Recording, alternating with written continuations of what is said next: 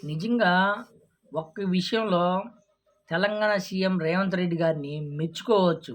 ఏదైతే నేను అసెంబ్లీలో మాట చెప్పానో, ఆ మాటకే నేను కట్టుబడి ఉంటాను.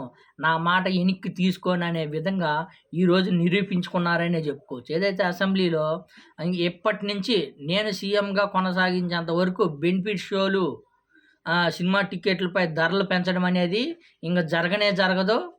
నేను పెంచనని అని ఎప్పుడైతే చెప్పాడో అసెంబ్లీలో దానికి కట్టుబడాడనే చెప్పుకోవచ్చు. ఈరోజైతే ఏదైతే సినీ హీరోలతోటి గాని, సినీ నిర్మాతలతో సమావేశం జరిగిందో, ఆ సమావేశంలో రేవంత్ రెడ్డి గారు కళ్ళాకానికి గారు చెప్పారు. నేను ఎనిక్కి తగ్గేదే లేదు. నేను చెప్పిందే శాసనం. నేను చెప్పిందే మాట. దానికి కట్టుబడే ఉంటాను. ఏమాత్రం తగ్గేదే లేదు.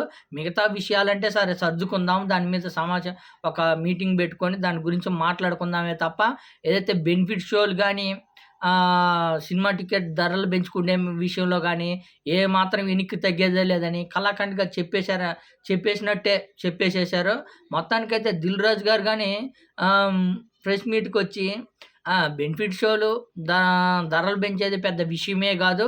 తెలుగు సినిమా స్థాయిని అంతర స్థాయికి తీసుకుపోవాలా అనేదే మా ధ్యేయము. హైదరాబాద్‌ని ప్రపంచ స్థాయికి తీసుకుపోయే విధంగా తీర్చుకుపోదాము అనే విధంగా 'దిల్ రాజు' గారు అన్నారు. గతంలో ఇదే విషయంలో పెద్ద రాద్ధాంతం చేశారు. కొంతమందైతే సినిమా వాళ్ళు జగన్మోహన్ రెడ్డి గారిని విపరీతంగా ఆడిపోసుకున్నారు. ఏదైతే ఈ సినిమా టికెట్ ధరల గురించే.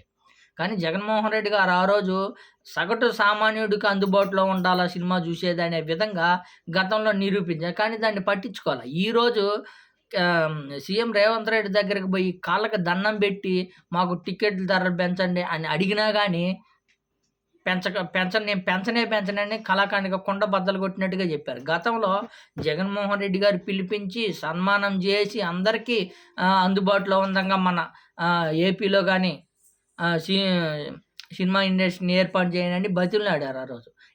ఈరోజు కాళ్ళు పట్టుకుంటున్నారు. తిక్కంటే తిక్క కుదిరిందనే చెప్పుకోవచ్చు సినీ పెద్దలకి.